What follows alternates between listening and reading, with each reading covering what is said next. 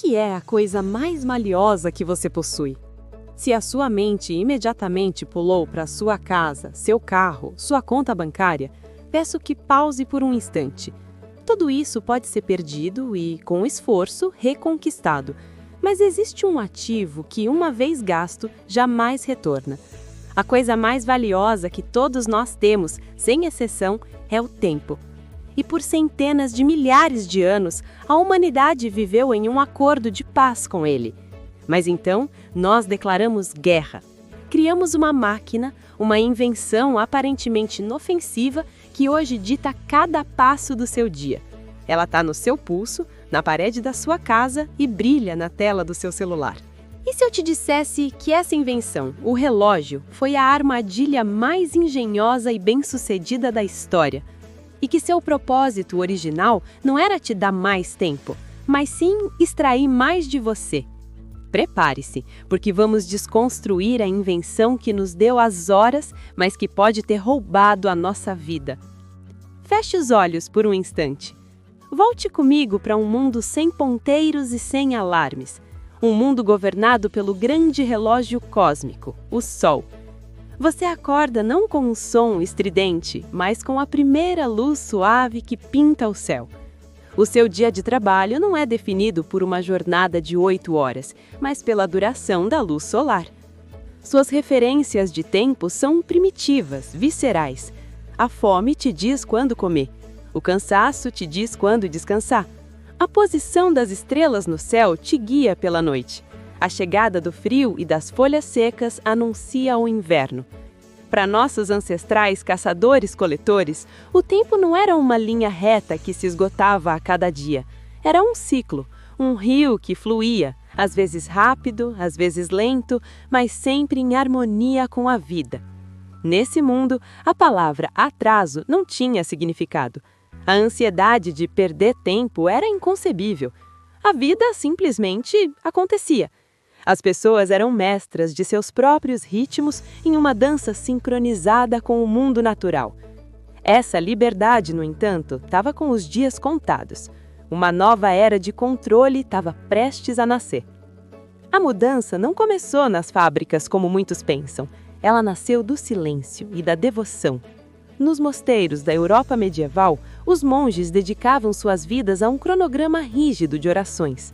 Para manter essa disciplina divina, dia e noite, eles precisavam de algo mais confiável que o sol ou as velas. Eles precisavam de uma máquina. Foi para servir a Deus que o primeiro relógio mecânico foi criado. Uma engenhoca de pesos e engrenagens, cujo único propósito era impor uma ordem celestial na rotina terrena. Mas, como toda invenção poderosa, ela não ficou contida por muito tempo. Das torres dos mosteiros, a ideia se espalhou para o coração das cidades. Reis e burgueses, fascinados pela ideia de ordem e poder, começaram a erguer relógios monumentais em praças públicas. Pela primeira vez na história, a vida de uma comunidade inteira passava a ser regida por um único ritmo mecânico. O sino da torre não anunciava mais apenas um evento religioso. Ele ditava quando os mercados deveriam abrir, quando os artesãos deveriam trabalhar, quando as tavernas deveriam fechar. O tempo, que antes era uma experiência pessoal e natural, tornou-se público e artificial. Deixou de ser um guia e se tornou uma ordem. A semente da nossa obsessão moderna pelo tempo havia sido plantada. Mas foi a fumaça e o vapor da Revolução Industrial que fizeram essa semente germinar em uma tirania. Para que uma fábrica produzisse em massa, centenas de trabalhadores precisavam operar como uma única máquina, começar, parar e executar tarefas em perfeita sincronia. A eficiência se tornou o novo Deus e o relógio, seu profeta. O relógio de ponto se tornou o altar onde os trabalhadores sacrificavam seu tempo. A vida foi fatiada em unidades produtivas, horas, minutos, segundos. E cada fração de tempo ganhou um valor monetário. Você não trabalhava mais até a tarefa estar concluída com orgulho.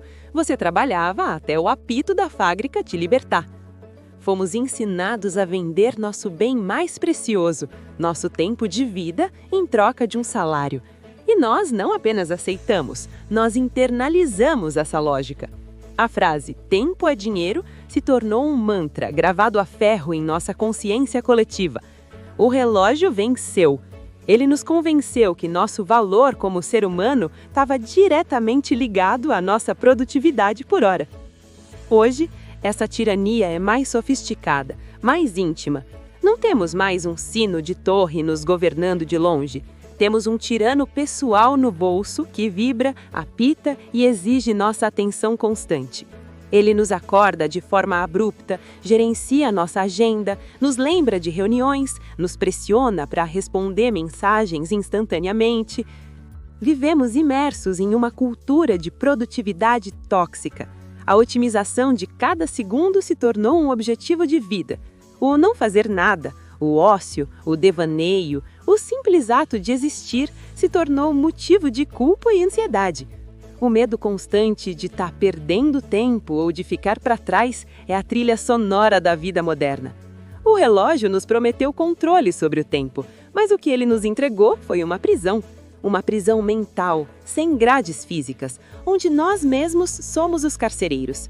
Nós nos punimos por não sermos produtivos o suficiente, por não aproveitarmos cada segundo.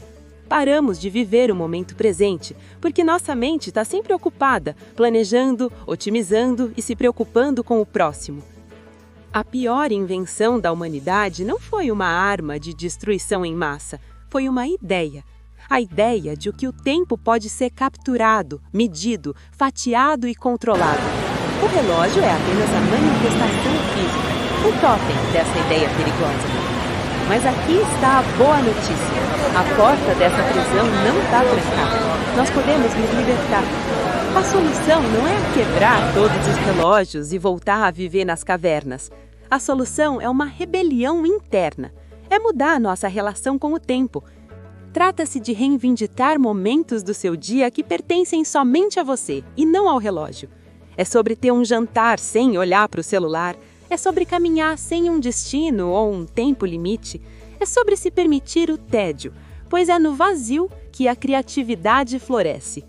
É sobre entender que o tempo não é um recurso a ser explorado até a exaustão, mas uma experiência a ser vivida, sentida, saboreada.